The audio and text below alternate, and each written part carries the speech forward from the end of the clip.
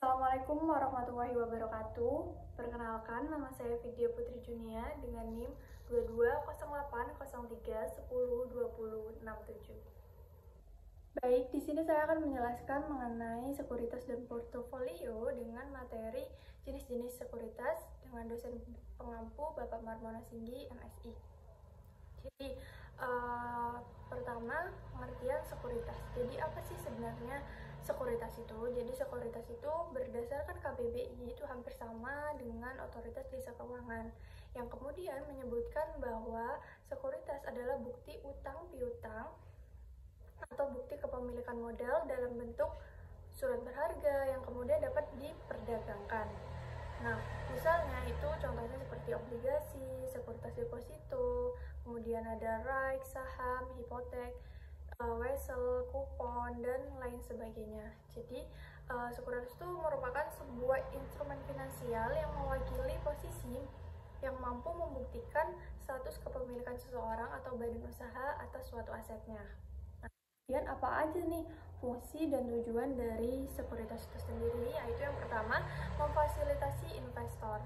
Jadi memfasilitasi investor ini merupakan sekuritas itu memungkinkan investor untuk mengalokasikan dananya mereka ke berbagai instrumen keuangan seperti saham, obligasi, reksadana, kemudian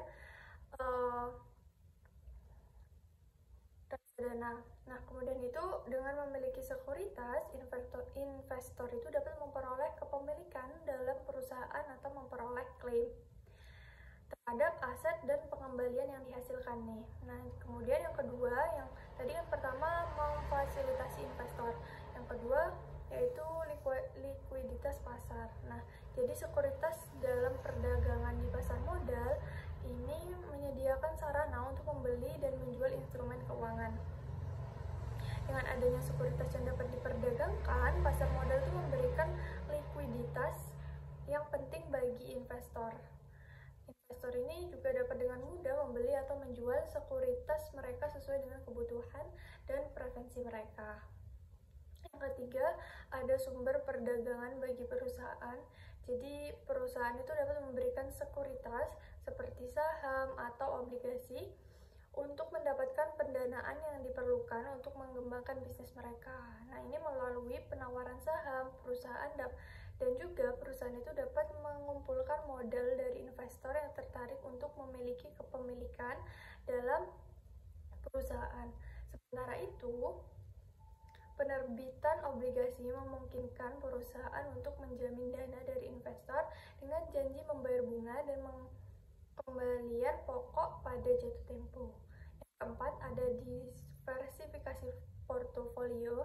Ini merupakan sekuritas yang memungkinkan investor itu untuk melakukan diversifikasi portofolio mereka dengan memiliki berbagai jenis sekuritas seperti saham, kemudian ada obligasi dan berbagai perusahaan atau sektor. Nah, juga investor ini dapat mengurangi risiko spesifik yang terkait dengan satu investasi tunggal. Nah, itu diversifikasi itu juga dapat mengimbangi risiko dan mencapai tujuan investasi jangka panjang. Kemudian yang kelima itu ada transparansi dan informasi pasar. Itu merupakan sekuritas dan perdagangan di pasar modal dengan membutuhkan tingkat transparansi yang tinggi.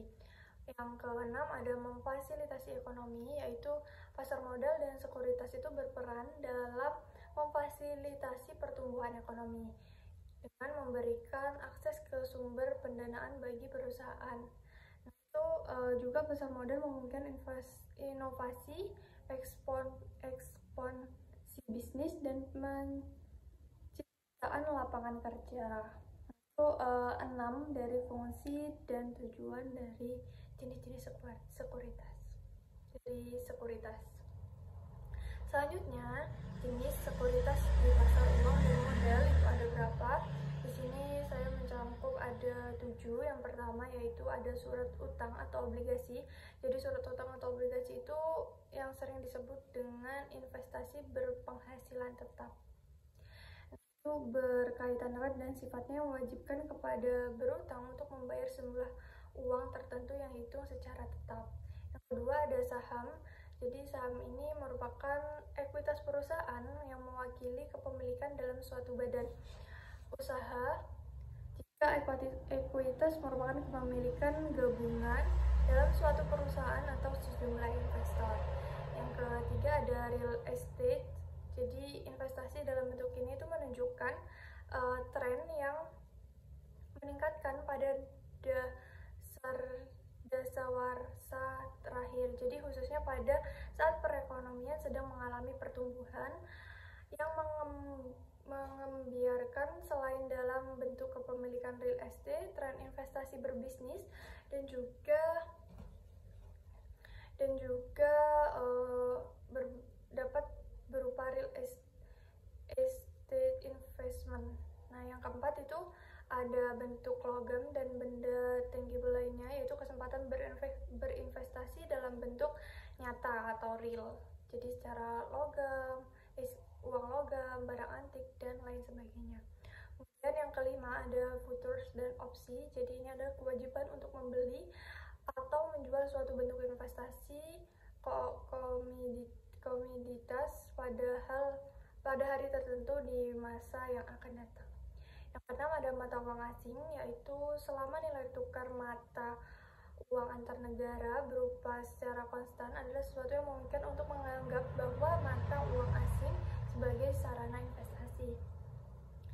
Yang ketujuh, yang terakhir, yaitu portofolio. Portofolio itu merupakan seorang investor yang berarti sekumpulan aset atau sekuritas yang dimiliki oleh seseorang investor. Selanjutnya itu yang tadi mengenai jenis sekuritas di pasar uang dan modal. Yang terakhir yaitu contoh perusahaan sekuritas Indonesia itu ada Paja. Jadi menurut data yang tertera di Central Efek Indonesia atau KSEI, terdapat 108 perusahaan efek yang telah mendapatkan izin resmi dari OJK. Itu antara lain seperti BNI Sekuritas, BCA Sekuritas, Mandiri Sekuritas, dan lain sebagainya. Jadi masih terdapat 100 perusahaan sekuritas lainnya atau 100 lebih perusahaan sekuritas yang lainnya yang memiliki kelebihan serta kekurangan yang masing-masing. Memiliki perusahaan sekuritas adalah sesuatu yang tidak bisa dilakukan secara sembarangan. Jadi kita bisa mempertimbangkan sekuritas yang sesuai dengan kebutuhan kita. Baik, itu saja mungkin yang saya jelaskan mengenai jenis-jenis sekuritas. Jika ada pertanyaan bisa langsung tulis di kolom komentar. Terima kasih. Wassalamualaikum